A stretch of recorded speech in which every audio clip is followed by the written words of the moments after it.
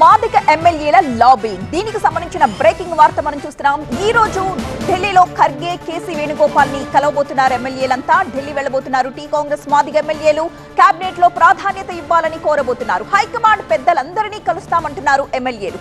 నిన్న మీనాక్షి నటరాజన్ ని కలిశారు. వీరంతా మాదిగ సామాజిక వర్గానికి మంత్రి పదవి ఇవ్వాలి అన్నదే వాళ్ళ విజ్ఞప్తి.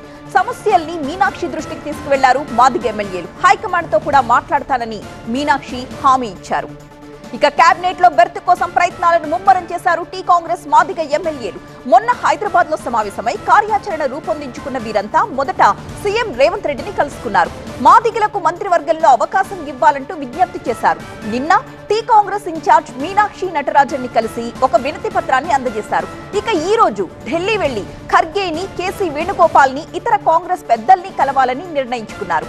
అసెంబ్లీ, పార్లమెంట్ ఎన్నికల్లో 30 లక్షల మంది మాదిగలు కాంగ్రెస్ కి మద్దతిచ్చారని అంటున్నారు ఆ సామాజిక వర్గ ఎమ్మెల్యేలు.